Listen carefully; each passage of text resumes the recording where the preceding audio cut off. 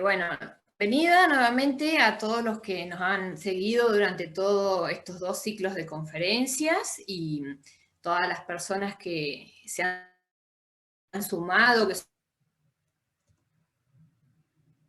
Se corta, ¿no? ¿Un poquito? Sí, se corta. A ver, de vuelta, ya que. Bueno, voy a tratar. Bueno, dar Eso es porque es la última la presentación. bienvenida de la red, a los que se han incorporado recientemente. Quiero agradecerles la presencia, el interés que han manifestado durante los ciclos de conferencia y contarles, si hay algunos nuevos, que el equipo está integrado por la doctora Alicia Campos, la magíster Graciela Benedetti, el doctor Ignacio Contreras y la doctora Natalia Picone. También en los últimos encuentros nos ha acompañado Valeria Duval.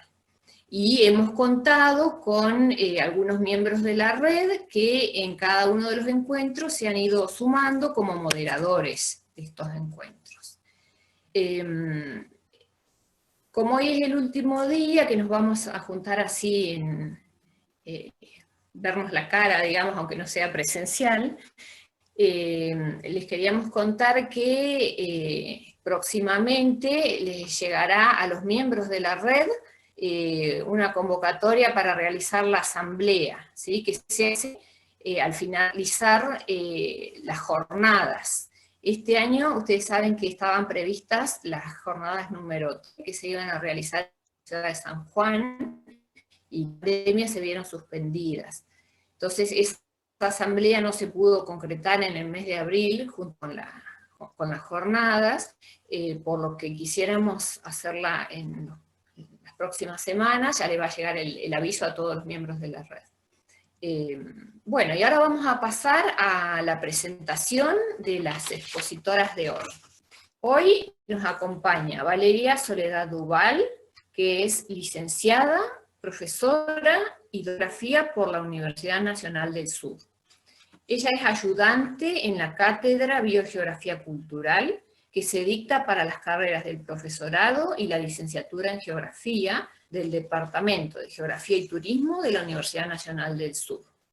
Es investigadora asistente en el Consejo de Investigaciones Científicas y Técnicas, CONICET, y sus principales líneas de trabajo se vinculan a las áreas protegidas y a la infraestructura urbana.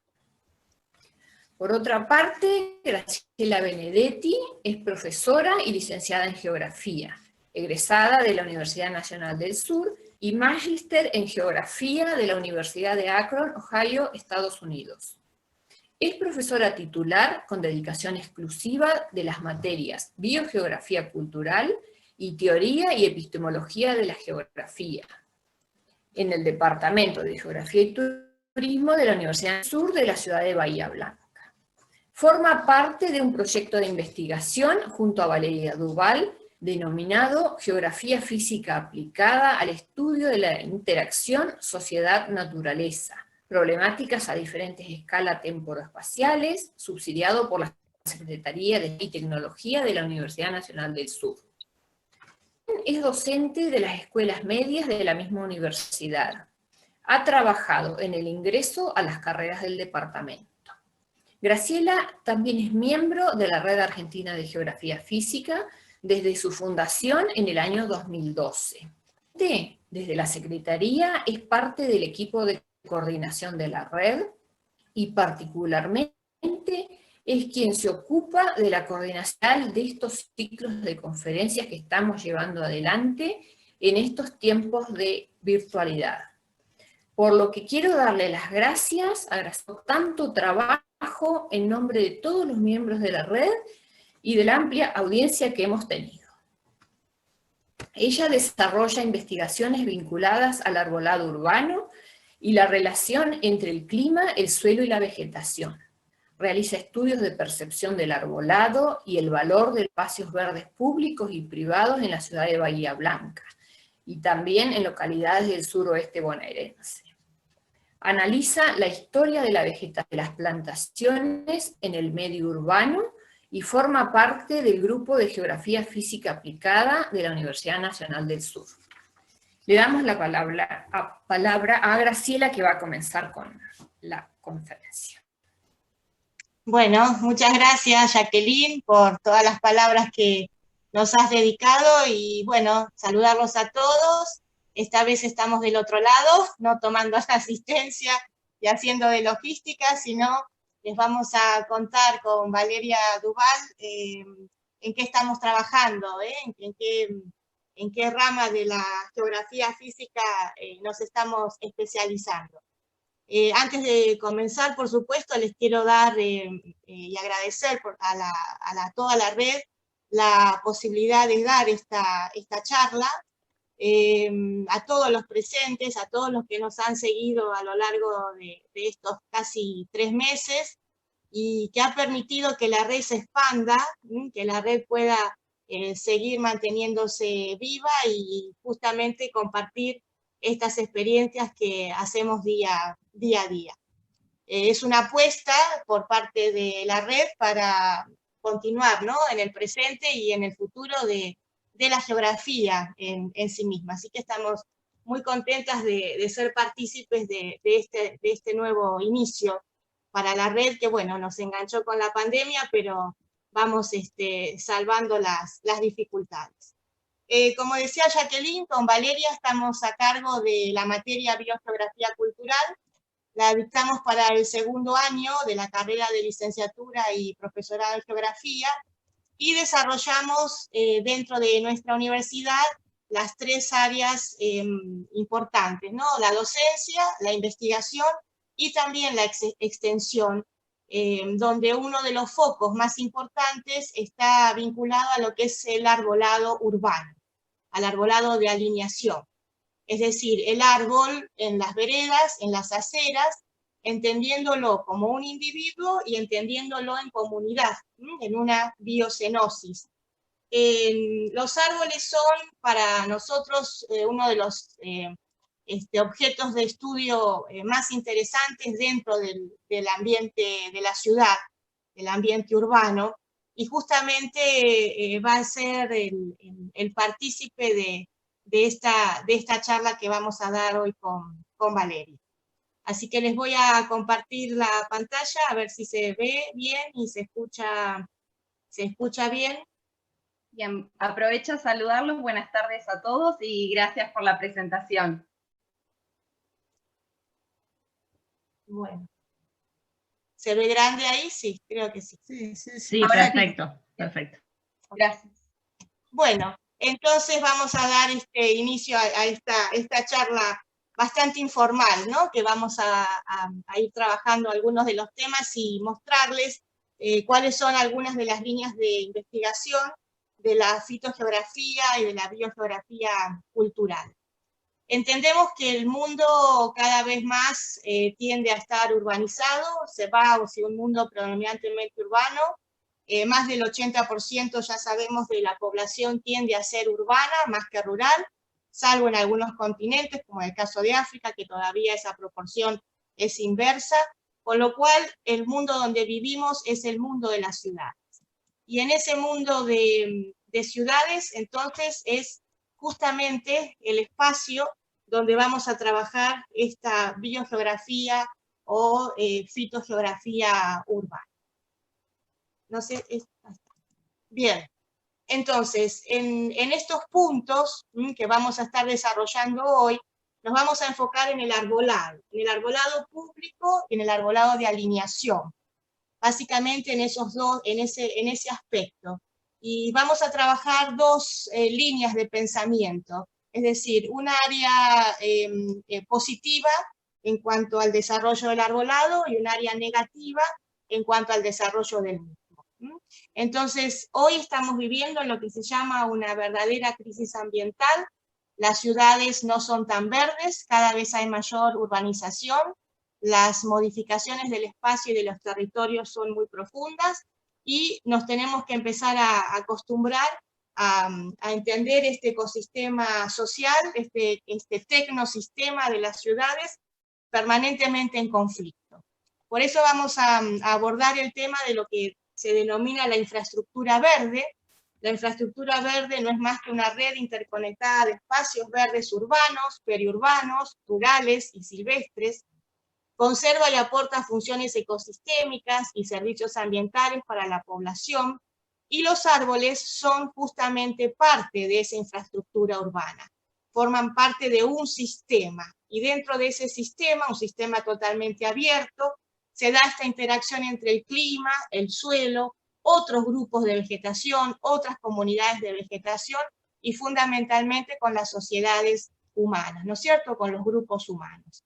Poner un árbol o sacar un árbol, introducir un árbol, elegir, ver su mantenimiento, ver su diseño, hacer su gestión, va a tener consecuencias, algunas positivas y algunas también negativas. Vamos a tener ventajas y vamos a tener desventajas en cada una de esas decisiones que se toman en una segunda naturaleza, que es la naturaleza de la ciudad.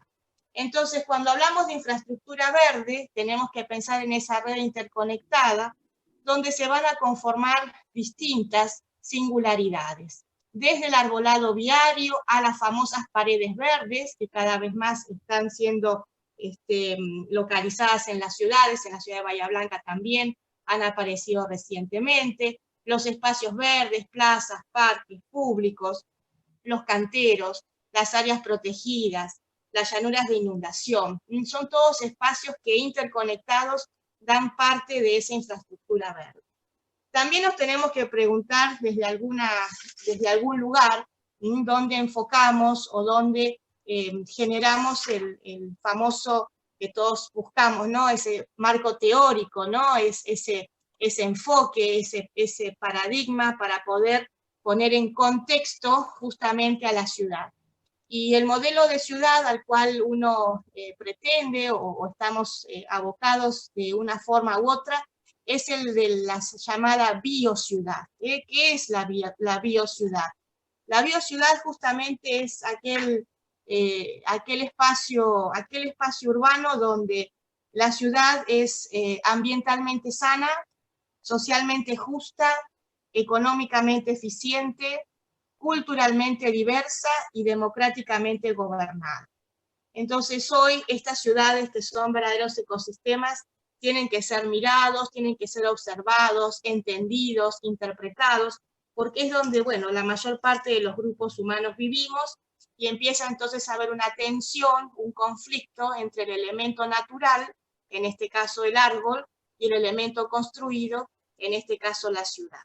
También tenemos otro marco de referencia, que es la biofilia, o el amor a las ciudades, el amor a las ciudades con sus elementos naturales, las aves o los árboles. La biofilia es un concepto relativamente nuevo, allá por el año 1984, Edward Wilson define a la biofilia como esa conexión de los seres humanos con los elementos de la naturaleza, ¿no? Esa práctica de respeto y de admiración también por la naturaleza, entonces conforman parte de esto que nosotros venimos a trabajar hoy.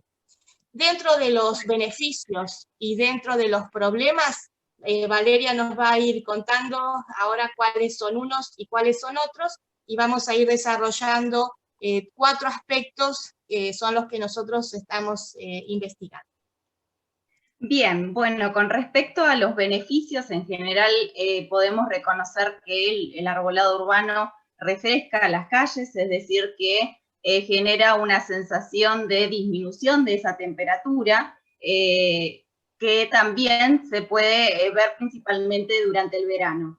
Por otra parte, también promueven la biodiversidad debido a que proporcionan hábitats y protección a las plantas y los animales, limpian el aire y proporcionan oxígeno, muchos de ellos, y las investigaciones también lo mencionan, que capturan parte de los gases contaminantes que contribuyen al efecto invernadero. Por otro lado, también ahorran energía. En este sentido, la presencia del arbolado urbano en espacios cercanos a edificios o a viviendas genera una reducción en las necesidades de el aire acondicionado principalmente durante el verano.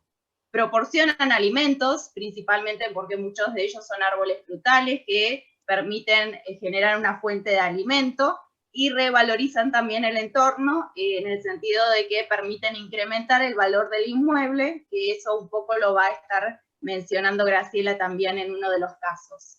Dentro de los problemas se reconocen aquellos que están vinculados con las raíces, es decir, es necesario considerar la especie que se planta en una vereda para evitar inconvenientes relacionados con el levantamiento de las mismas o bien de los pisos en el interior de las viviendas.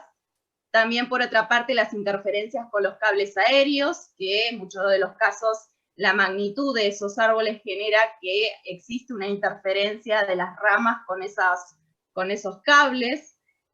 También las enfermedades relacionadas a los árboles. Graciela va a mencionar también aquellas especies alergógenas que generan problemas principalmente para la población alérgica, y el mal estado de los árboles, que está vinculado a árboles que están enfermos, a la falta de mantenimiento que generalmente existe en todas las ciudades, y también a los árboles que generalmente están mal podados. Sí, siguiente. Bueno, entonces en este caso, como bien mencionó Graciela, seleccionamos dos casos, por un lado dos que están relacionados a los beneficios del arbolado urbano, y por otro lado dos que están relacionados a los problemas del arbolado urbano en nuestra localidad, que es la ciudad de Bahía Blanca, y que, como bien ustedes ven allí en el mapa, se encuentra en el sur de la provincia de Buenos Aires. Es una localidad intermedia de 300.000 habitantes aproximadamente, aunque ahora se estima una cantidad de 400.000 habitantes.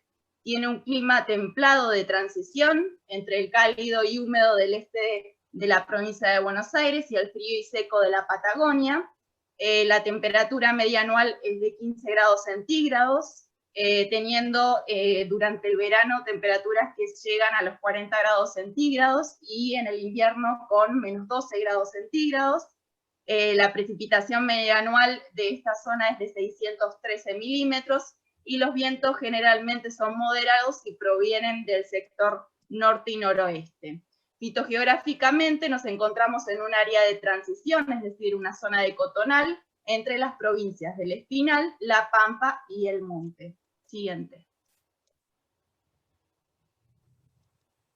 Bien, entonces, dentro de estos problemas del arbolado urbano vamos a trabajar dos: el mal estado de los árboles y las enfermedades relacionadas a los árboles, donde, siguiente, en este caso vamos a comenzar con el efecto de las tormentas sobre el arbolado urbano. Ya hace unos años nos preguntamos con Graciela, mirando un poco las noticias periodísticas, cuáles eran los efectos que generaban las tormentas en ese arbolado urbano dentro de nuestra ciudad, y también para conocer cuáles eran los sectores más afectados por la caída de los árboles. Entonces consideramos un periodo que fue el año 2010-2015, donde pudimos aplicar un poco la teoría del riesgo, en este caso considerando que la tormenta es una amenaza, es un factor que genera un daño serio en los árboles, y que estas tormentas están caracterizadas por una cierta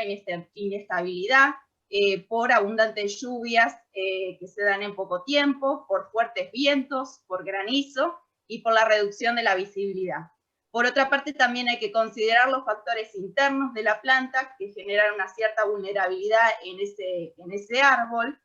Por ejemplo, se puede reconocer árboles inclinados que tienen huecos, o también podemos encontrarnos con ramas que tienen algunas grietas, o bien que están secas, y frente entonces a un evento meteorológico, como puede ser en este caso una tormenta, se puede dar un colapso de esos árboles o la caída de las ramas, que está en constante tensión, porque si allí vemos ese dibujo que se encuentra en la parte superior, vemos como el viento es un objeto aerodinámico, donde la copa y principalmente las ramas con las hojas se mueven frente, en este caso, al viento, que genera esa fuerza de flexión o esa fuerza de resistencia por parte del árbol, que en el caso de que tenga alguna problemática antes mencionada, puede generar que se caiga, ¿sí? Se convierta en lo que se denomina como árboles peligrosos. Sí, siguiente. Entonces, en este caso, Calaza Martínez habla de árboles peligrosos como aquellos que generan un riesgo inminente de daño tanto en la población como en los bienes materiales. Allí vemos algunas fotografías que son de Bahía Blanca de días posteriores a la tormenta y que genera problemas tanto en las viviendas como también en este caso en los autos, ¿sí? Y en las personas también. Y junto con eso, algunas noticias, algunos titulares de cuáles son los efectos que genera el colapso de los árboles y de las ramas, de la caída de las ramas sobre la población. Sí. Entonces, en este caso, tuvimos en cuenta las características de las tormentas, es decir, antes de avanzar con los daños que podría generar estos árboles, analizamos los datos de la estación Aeródromo de Bahía Blanca, para analizar estas tormentas que en Bahía Blanca son tormentas frontales, son básicamente tormentas que genera entonces desde el año 2010 al 2015 71 episodios, ¿sí? Y que durante el año 2014 tuvo su máximo con 15 episodios, y en el año 2013 es el segundo año con mayor cantidad de tormentas, con 13. El año que determinamos como el de menor cantidad de tormentas fue el año 2012, con 7, y si miramos un poco el gráfico de la distribución estacional de estas tormentas, en su mayoría se dan durante el verano, principalmente en los últimos años, 2014 y 2015, aunque también las otras estaciones en primavera y en segunda instancia en invierno, también se pudieron detectar una gran cantidad de estas tormentas. Sí. En el caso de la parte, digamos, más visual, podemos buscar allí en las cartas de tiempo, este es un ejemplo, el del día 3 de abril del 2014, donde en la zona central de la Argentina, ahí se puede observar la inestabilidad que está relacionado a un frente estacionario y un frente frío, y que justamente lo que hicimos nosotros fue buscar información en las noticias de los días posteriores a esa tormenta para ver si realmente estas tormentas pertenecían a consecuencias que estaban relacionadas con la caída de algún árbol o bien de ramas. Entonces desestimamos en este sentido aquellas que no tenían ninguna vinculación con estos efectos relacionados con la vegetación. Sí. Entonces, en este sentido, también otro dato que tuvimos en cuenta fue las llamadas del 911, que en este caso se contabilizaron por la dirección, ¿sí? Es decir, teníamos nosotros el dato de la dirección de árboles caídos o bien también de ramas caídas, y bueno, principalmente pudimos realizar estos mapas del año 2010 hasta el año 2015, donde en líneas generales observamos que 840 árboles se cayeron en este periodo y que en su mayoría lo hicieron en el año 2010 y en el año 2014. En el año 2010 fueron una totalidad de 233 y en el año 2014 de 250. Y si observan un poco los mapas, en su mayoría los puntitos se tienden a centrar en la parte principalmente del centro de Bahía Blanca, ¿sí? Allí donde está la zona de la Plaza Rivadavia, y también el sector suroeste que está vinculado a los barrios por ahí más viejos de la ciudad, donde existe una falta de mantenimiento de este arbolado. Por otra parte también tenemos el año 2011 y el año 2012 que se sucedieron los menores episodios de tormenta, y allí, si bien son pocos los puntitos, son alrededor de 40 árboles caídos, con lo cual también es bastante significativo. Bien, la siguiente. Bien, y en cuanto a las consecuencias, la siguiente, un poco acompañando también a la caída de los árboles y de las ramas, se encuentra principalmente las áreas anegadas, la voladura de techos, también la caída de los carteles de negocios, y también el corte en el suministro de energía, que está muy vinculado con el colapso de estos árboles, o bien con la caída de las ramas. Sí. La siguiente. Esa es la última, Vale. Sí. Bueno, muy bien. Entonces, Valeria nos trajo a la mente la problemática de Bahía Blanca y las tormentas, estos eventos catastróficos, de alguna manera, y que, bueno, llaman justamente a tener una visión negativa de lo que es el arbolado urbano. Acá vamos a tener en Bahía Blanca, en la ciudad de Bahía Blanca, y seguramente en el resto de las ciudades, gente a favor y gente en contra del arbolado urbano. Y justamente, bueno, estos tipos de trabajos nos ponen allí en el punto de tensión entre lo bueno y lo malo, lo negativo y lo positivo, sus beneficios. El otro elemento importante para tener en cuenta en la gestión es el tema y la relación del árbol con la salud.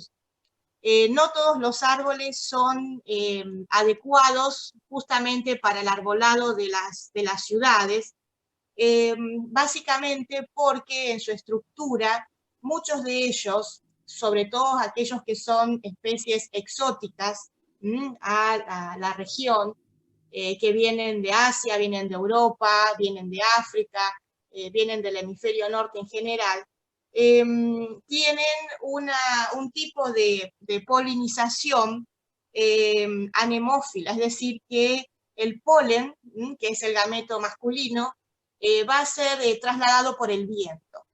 En cambio, las especies nativas de nuestra región, nativas del espinal, nativas de las yungas, nativas de las selvas, tienen la particularidad de que la polinización la realizan los insectos, las aves, las abejas, mariposas, es decir, es una polinización entomófila. Cuando uno habla de polinosis, tiene que tener en cuenta que la polinosis o la rinitis es una alergia de tipo estacional. Justamente se debe a que las conjuntivas se irritan, la piel se irrita, los ojos se irritan por la presencia de estas pequeñas partículas microscópicas en el aire. Eso hace entonces que haya ciclos de mayor cantidad de polen o de menor cantidad de polen, y eso va a estar sumamente asociado, por supuesto, a la floración de cada uno de estos árboles. En este trabajo nosotros realizamos un conteo de la cantidad de polen en el aire por metro cúbico, y fuimos auxiliadas y se trabajó sobre todo en conjunto con el Instituto de Alergia y Inmunología de la ciudad de Bahía Blanca, del sur, para una serie estadística 2006-2012, y que ahora en la actualidad estamos trabajando los datos que van a venir en una segunda serie, 2013, 2018, 2019, para entender cómo es el funcionamiento de la polinización en los árboles, y sobre todo para una ciudad tan ventosa como es Bahía Blanca. Se estima que el 20% de la población, teniendo en cuenta estos elementos, está expuesta justamente y tiene incidencia en su salud el tema del polen atmosférico.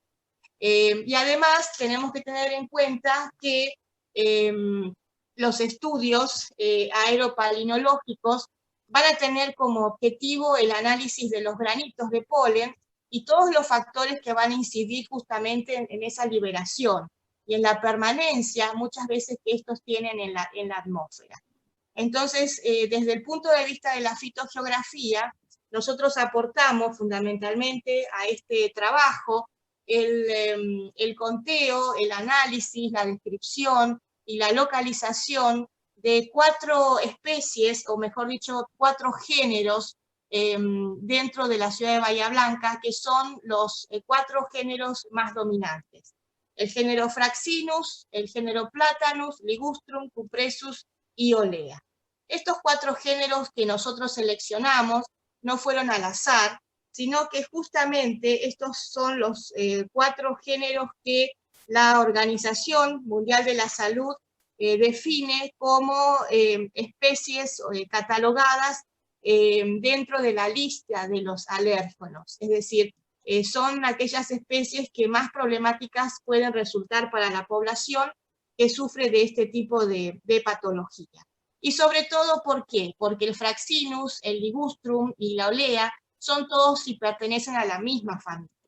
Entonces, a través de un Rotorov, que es un muestrador de polen, se captó, se filtró cada uno de estos granitos de polen, que ustedes ven acá, se los clasificó a través del microscopio, y se pudo determinar el promedio de lluvia polínica, cuándo fue el día de máximo conteo de ese polen, la cantidad de granos de polen en el aire, para poder establecer una suerte de calendario polínico.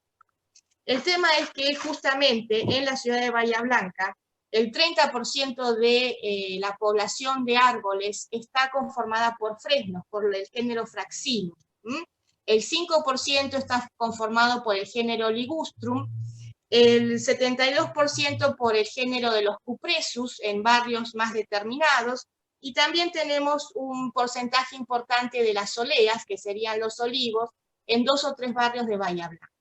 Pero de estos 4 géneros que estamos trabajando, el Fraxinus y el Cupressus son los que dieron mayor cantidad de conteo de granos de polen por metro cúbico de aire, y eso hace entonces que, teniendo en cuenta estos valores, y según justamente la Organización Mundial de la Salud, indican que entre 15 y 89 granos de polen por metro cúbico es una concentración moderada, pero más allá de 90 a 1500 es muy alta, y como ven ustedes acá, la mayoría de los valores están en esos números. En el caso del aporte que trabajamos desde el punto de vista aquí en la fitogeografía, fue poder identificar muchos de estos árboles en las aceras, es decir, en el arbolado de alineación, el arbolado público, el patrimonio, ¿no es cierto?, que tiene la ciudad, y hicimos una correlación con la cantidad de consultas que tenía o que tiene al día de hoy el Instituto de Alergia de Bahía Blanca. Así es que se trabajó con un total de 552 pacientes que hicieron consultas sobre estos problemas de alergia, de los cuales 213 estuvieron vinculados directamente a los pólenes de los árboles. Y no solamente de cualquier árbol, sino de estos árboles que nosotros habíamos identificado. Tal es así entonces que fuimos a ver cuáles eran sus localidades, es decir, dónde vivían, las direcciones de estos pacientes, y analizamos y obtuvimos una relación positiva entre el paciente con alergia y un árbol cercano, generalmente enfrente de su casa, en el arbolado de alineación, o a unos pocos metros, se correspondió justamente con estas especies que nosotros estábamos observando. Entonces, de una forma u otra, para la ciudad de Bahía Blanca es interesante conocer desde el punto de vista de la fitogeografía, y sobre todo fitogeografía urbana, que es un poco a lo que estamos más abocadas, entender este vínculo, ¿no es cierto?, entender esta relación, y que se puede aportar para la gestión la no ya compra, como hace el municipio, de fresnos, y empezar a buscar otro tipo de especies, el caso, por ejemplo, de las nativas, para aminorar o para no desencadenar estas problemáticas en la salud de la población. Por eso decíamos que, por un lado, los árboles van a tener problemas, pero por otro lado también van a tener beneficios, que es ahora lo que Valeria les va a ir comentando. Bueno, entonces en este caso en los beneficios seleccionamos 2, por un lado que revalorizan el entorno, y por otro lado que también refrescan las calles, principalmente durante el periodo estival. Sí.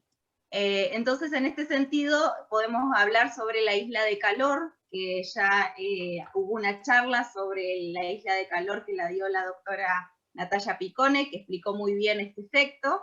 En este caso es un fenómeno de origen térmico que se produce en las áreas urbanas y que consiste en la existencia de una temperatura diferente a la que podemos encontrar en las áreas rurales, principalmente más elevadas. Esto es debido a que los edificios y las superficies pavimentadas absorben la radiación durante el día y luego a la tarde emiten en forma de calor, generando entonces que esa temperatura se mantenga elevada. Esto es lo que sucede un poquito en la ciudad de Bahía Blanca, donde se ha reconocido, ¿sí? En la siguiente, se ha reconocido que realmente ha aumentado la temperatura media de Bahía Blanca con respecto al año 1985 hasta la actualidad, y también que podemos encontrar diferencias entre el centro de la ciudad y el área periférica de alrededor de 10 grados de diferencia en temperatura. En este sentido, podemos ver cómo afecta a la población, por ejemplo, genera mayor riesgos cardíacos o un disconfort climático, y por lo tanto entonces podemos reconocer algunos efectos de esta isla de calor. En este sentido, un poco siempre se dice que la vegetación contribuye a refrescar un poco el área urbana, y es por eso que con Graciela logramos analizar la influencia del arbolado de alineación en el microclima de la localidad de Bahía Blanca. Entonces, mirando un poco estos mapas que están en la parte superior, podemos ver que durante el verano, tanto la temperatura como la humedad, existe una variación dentro de la localidad de Bahía Blanca. Por ejemplo, en el caso de la temperatura, podemos ver que cerca de 24 grados centígrados es la media de la zona centro y noroeste de nuestra localidad, mientras que en la parte sur, ya ahí influenciado por el mar, tenemos temperaturas mucho más frescas de aproximadamente 22 grados a 22,6 grados centígrados. En el caso de la humedad pasa lo mismo, oscila entre los 42 a 58%, teniendo entonces los máximos en la zona sur, sureste y en la zona noroeste. Entonces, viendo esas diferencias, seleccionamos 4 barrios para ver esta influencia del arbolado urbano. Entonces seleccionamos el barrio Anchorena, el barrio Patagonia, el Pacífico y el Miramar, que son los que se encuentran localizados en ese mapa. Y lo que hicimos fue mirar un poco las imágenes de Google Earth, donde vimos que existían diferencias en las estructuras y también en la cantidad de vegetación. Entonces, realmente aplicamos la clasificación de la zona climática de Stuart y Oak, donde acá podemos ver, por ejemplo, en el caso del barrio Pacífico, que las edificaciones son generalmente bajas a edificios de 3 o 4 pisos, y que realmente la densidad de estas estructuras es mayor que, por ejemplo, en el barrio Patagonia, donde los terrenos son mucho más amplios, donde dentro de las viviendas también hay mucha vegetación, e incluso esta vegetación presenta una mayor altura, ¿sí? En relación a las del, por ejemplo, barrio Pacífico o el barrio de Anchorena, que son pequeños árboles pequeños o bien de mediano porte. Entonces, en este sentido, la siguiente, vimos un poco cuál era la cobertura vegetal que tenían estos barrios. Cuando hablo de cobertura vegetal, no solamente incluimos entonces el arbolado viario, sino también el de las propiedades, es decir, el privado, y también algunas áreas verdes dentro de cada uno de estos barrios. Y allí logramos sacar este porcentaje con el software E-Tree Canopy, donde observamos que en el barrio Patagonia es de 41%, en el caso del barrio Miramar es de 40%, en el caso del barrio Anchorena es de 24%, y en el caso del barrio Pacífico, que es el que menor porcentaje tiene, de 21%. Junto entonces con esta cobertura empezamos a mirar un poco cuáles eran las especies más representativas, y seleccionamos 3 especies por cada una de las calles, porque vale agregar que primero miramos las especies del arbolado, que ya teníamos hecho un relevamiento de esas especies, pero también seleccionamos 2 calles de distinta orientación, norte-sur, este-oeste. Además, en cada una de esas orientaciones tuvimos en cuenta 3 árboles que tuvieran distinta copa, una copa más bien cerrada, abierta y otra semiabierta, y medimos tanto la temperatura del aire como de la humedad relativa y la velocidad del viento debajo de esa copa de los árboles y en el exterior, ¿sí?, de la misma.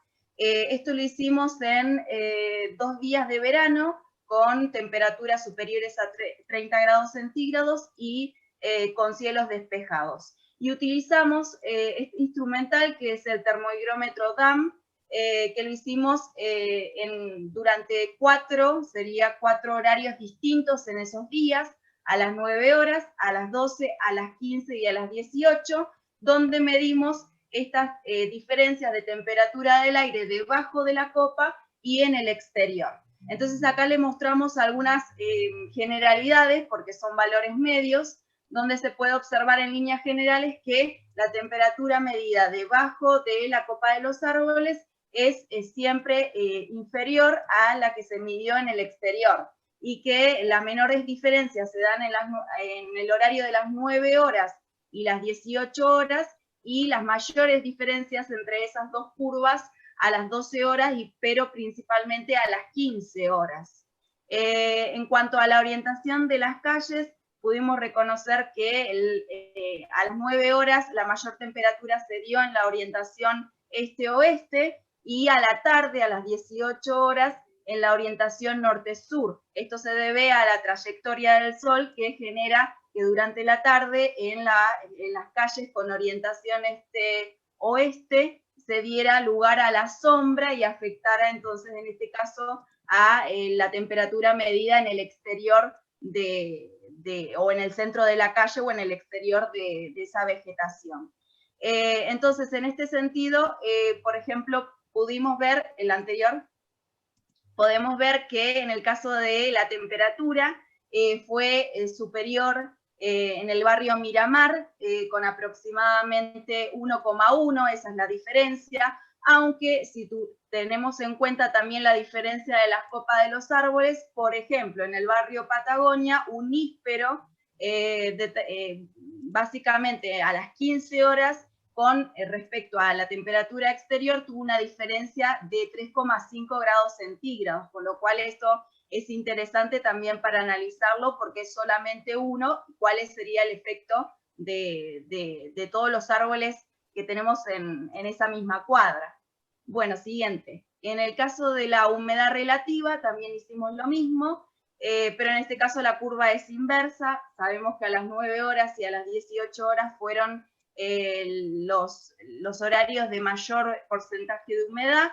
Hubo también una diferencia entre los barrios de humedad relativa. En el caso del Patagonia llegó a ser de 44% y en el caso del Pacífico de 38%. Y lo interesante acá es que no hubo diferencias de humedad relativa entre las 2 orientaciones, pero sí debajo de la copa de los árboles, principalmente con una copa más bien cerrada o densa, que generó una diferencia de 3% en la humedad relativa. En cuanto a la velocidad del viento, lo que pudimos identificar, que ahora sí es más notorio en los gráficos, hubo una diferencia en los barrios de 1,5 hasta 4,5, ¿sí? en esas 2 curvas, nuevamente debajo de la vegetación, debajo de esa copa, y en el exterior. Acá también se pudo observar que a las 15 horas en 3 de los 4 barrios se notó la mayor diferencia, ¿sí?, de velocidad de viento, y también nuevamente teniendo en cuenta la orientación de las calles, ¿sí? La que presentó mayor velocidad de viento fue la de este y oeste. En el caso de la cobertura, ¿sí? de los árboles, de la copa, principalmente debajo de aquellas que eran más compactas, se pudo observar bien la diferencia con el exterior, que fue alrededor de 7 kilómetros por hora, llegó hasta ese máximo, en el caso del barrio Anchorena. Entonces realmente podemos comprobar aquí que existe una diferencia, ¿sí? entre las zonas vegetadas y no vegetadas que pueden contribuir en este caso a mitigar esa isla de calor. Así que bueno, esto es uno de los beneficios que pudimos identificar. Y el otro beneficio es el correspondiente entonces al que va a explicar Graciela, que es la valoración económica vinculado a este arbolado viario. Bueno, para cerrar entonces y dejar un lado positivo, ¿cuál es la importancia del árbol? Es decir, el valor, por un lado, ambiental y por otro lado, el valor monetario. Nos preguntamos entonces si hay forma de medir el valor ambiental, primero de un árbol, y convencer a aquellos que no están de acuerdo con el arbolado urbano. Después podemos discutir si nativas o exóticas, pero en este caso hablamos del arbolado en general, cuál es el verdadero valor ambiental y si eso puede ser analizado, puede ser medido, puede ser jerarquizado. Para ello hay una propuesta de valoración, entendiendo la misma con una serie de criterios y de rangos que se trabajan desde el punto de vista cualitativo y también desde el punto de vista luego cuantitativo. Esta valoración y estos rangos de valoración van a tener en cuenta unos 7 u 8 criterios a los cuales les vamos a ir dando un valor máximo y un valor mínimo a cada uno de los árboles, es decir, esto se hace de forma individual. Por eso yo al principio de la charla les decía que tomamos el arbolado individual como objeto de análisis, pero también el arbolado en relación al resto, al conjunto, ¿no es cierto?, a esa biocenosis. Desde el punto de vista entonces de cuáles son los criterios o rangos que podemos tener en cuenta para evaluar integralmente al individuo árbol, podemos considerar algunos aspectos de tipo dasométricos, por ejemplo, la altura, la extensión de la copa, el diámetro del fuste, cuán grande o cuán chiquito está ese árbol hoy, a qué altura va a llegar, si va a ser un árbol de primera, segunda o tercera magnitud, cuál es el puntaje que le podemos dar de acuerdo a la parte estética, si es un árbol, por ejemplo, que está en peligro de extinción, si es un árbol que no es muy frecuente dentro del arbolado, por ejemplo, urbano. También podemos tener en cuenta la calidad de la estructura del árbol, es decir, si es un árbol que está sano, que está fuerte, si forma parte de una fuente genética, es decir, si a través de sus frutos y semillas nos permite luego tener una recuperación por parte de esa especie, si es hábitat, por ejemplo, para otras plantas o otros animales o insectos, cuál es la condición física y sanitaria. Esto es un elemento muy importante que se va justamente a complementar con todo el aspecto negativo de los árboles y las tormentas. ¿Cuál es la importancia, por ejemplo, del sitio donde está ese árbol? ¿Cuál es el valor paisajístico de ese árbol en ese lugar? Y también podemos tener alguna variable importante, que a veces puede ser considerado o no, depende del individuo, de tipo cultural. Puede ser un árbol nacional o local, o puede ser un árbol histórico dentro de la ciudad, se puede asociar a un personaje notable o a una casa notable, etcétera, etcétera. Entonces, a través de esta metodología de Cortés y Rodríguez, lo que hicimos nosotros es analizar algunos barrios de la ciudad y dentro de esos barrios algunos árboles que se repiten dentro del espacio urbano y poder obtener entonces ese valor ambiental. Con una escala de valor que va a ir de los 80%, que es muy alto, a una escala más baja, que es del 20%, y logramos así distinguir para los ligustros, los crespones, los prunus, algunas robinias, algunos salix, algunos ulmus. ¿Cuál es el valor ambiental?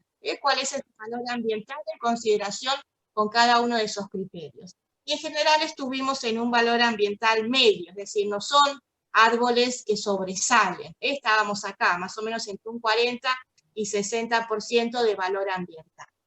A ese valor ambiental, que es lo que uno puede presentar como defendiendo al árbol, ¿no? Por sus características y por sus referencias, también le adosamos, le agregamos otra variable, que es el valor monetario. Es decir, ¿cuánto vale realmente un árbol? Y para poder saber cuánto vale un árbol, combinamos esta variable del valor ambiental y a su vez le combinamos el área de la copa, el área de la copa, que es muy importante porque ahí vemos el buen desarrollo de ese árbol, y a su vez también le combinamos la valoración del suelo. Los barrios, como ustedes saben, en la ciudad de Bahía Blanca o en cualquier ciudad, el suelo tiene distinto valor, y ese valor de metro cuadrado construido también le va a dar mayor jerarquía o menor jerarquía al espacio arbolado. Entonces combinamos esos elementos, buscamos también cuánto valdría un árbol en el vivero, según la especie, por supuesto, son valores hoy, digamos, habría que actualizarlos, pero nos dan una idea general de cuánto vale un árbol recién plantado, con la altura correspondiente, tiene que tener por lo menos 1,5 metros para ya ser considerado árbol de vereda, y cuánto llega a valer más ese árbol una vez que fue cuidado, fue regado, fue gestionado. Lo trabajamos para distintos barrios de la ciudad, Pacífico, Villa Mitre, Miramar, y les voy a dar un ejemplo sencillo como para tener en cuenta de que el árbol no solamente tiene un valor ambiental, sino también un valor monetario, y eso implica que si yo corto, podo, saco, o un árbol se cae por una tormenta, también hay un valor en dinero, no solamente ambiental, sino también en dinero, que hay que considerar. Entonces, un fresno, por ejemplo, que vale, por decir un número hoy, o sea, a valores de hace un año o dos, de 1.000 pesos argentinos, ¿sí? El valor ambiental monetario estaría hoy alrededor de 13.000, de 14.000 pesos argentinos. Ese sería el valor del mercado de ese material vegetal con la talla que estamos viendo y con las características que presenta. Claro, cada uno de estos árboles, los 3 son fresnos, los 3 son de barrios diferentes, van a tener valores distintos, no solamente por su condición general del árbol, por su fuste, por su porte, por sus características, sino también porque está asociado al valor de la copa, a la estructura general del árbol, a la sanidad del árbol y al valor del suelo de ese lugar. Entonces aparece este elemento, el valor ambiental y el valor ambiental monetario, como un ejemplo más de poder decir, bueno, las ciudades tienen que ser arboladas, las ciudades tienen que conformarse, tienen que gestionarse, tienen que ordenarse en esto que llamamos hoy infraestructura verde. Así que Valeria va a dar algunas conclusiones y desde ya les agradecemos la atención. Bueno, un poco las conclusiones a las que llegamos fue que en este mundo actual realmente se está dando más lugar a la inversión en infraestructura verde para construir modelos de ciudad más verdes, resilientes y sustentables. Realmente el arbolado viario, a través de los casos que recién estuvimos analizando, brindan beneficios a la sociedad, y los problemas que se generan muchas veces están vinculados a la falta de planificación y de gestión de ese arbolado de alineación. Para realizar el análisis y el estudio de este arbolado urbano es necesario un enfoque holístico, un enfoque integral, donde se consideren variables naturales y también variables sociales. Y en el caso particular de Bahía Blanca, es una ciudad que requiere un mayor compromiso por parte también de la comunidad hacia su arbolado viario, y que esto se visualiza también en la falta de mantenimiento, en un inventario que hasta el momento se encuentra en el 10% de la ciudad, y a la ausencia también de la gestión, ¿sí?, que se tiene sobre estos espacios. Así que bueno, queríamos agradecer, ¿sí?, tanto Graciela como yo, a la Red Argentina de Geografía Física, en principio, también al proyecto de Geografía Física Aplicada, del cual formamos parte y sobre el cual también hicimos las investigaciones que recién nombramos, al grupo de Geografía Física Aplicada también de Bahía Blanca, que nos ayudaron a realizar parte de estas campañas y también formaron parte de los trabajos, y también a todos ustedes que nos estuvieron escuchando atentamente. Así que bueno, gracias de parte de las dos. No, realmente esto no hubiera sido posible sin la presencia de ustedes, así que los agradecidos somos nosotros. Realmente nos sorprendió que haya gustado la propuesta y que se hayan sumado unos pocos al principio, después se fueron sumando más y más, así que bueno, realmente fue muy alentador, digamos, para cuando culminamos el primer ciclo, generar uno más, porque había propuestas de gente que quería exponer, y había demandas de participar también, así que realmente fue muy sinérgico todo lo que ocurrió, y bueno, lo celebramos por supuesto. Y bueno, contentos porque la geografía física está tomando un lugar interesante dentro de lo que es el mundo del conocimiento. La geografía física aplicada se está trabajando, es muy valorizada desde los sectores de gobierno, acá en la provincia de resido, que es Chubut. Permanentemente los organismos de gobierno convocan a los graduados de geografía, sean profesores, licenciados, los técnicos de sistemas de información geográfica. Todos los organismos públicos cuentan con un geógrafo. Y también, por ejemplo, hace unos días atrás, acá en la costa de Rawson, que es el balneario Playa Unión, ha habido una gran marejada, que se repite estacionalmente todos los años, y ha destruido unos 300 metros de Playa Unión, y han convocado a la gente de la universidad, tanto de ingeniería como de geografía, para que aportemos nuestra visión sobre el problema antes de tomar decisiones de qué remediación generar. Así que bueno, es muy interesante lo que la geografía física está tomando como disciplina que puede aportar mucho a las gestiones.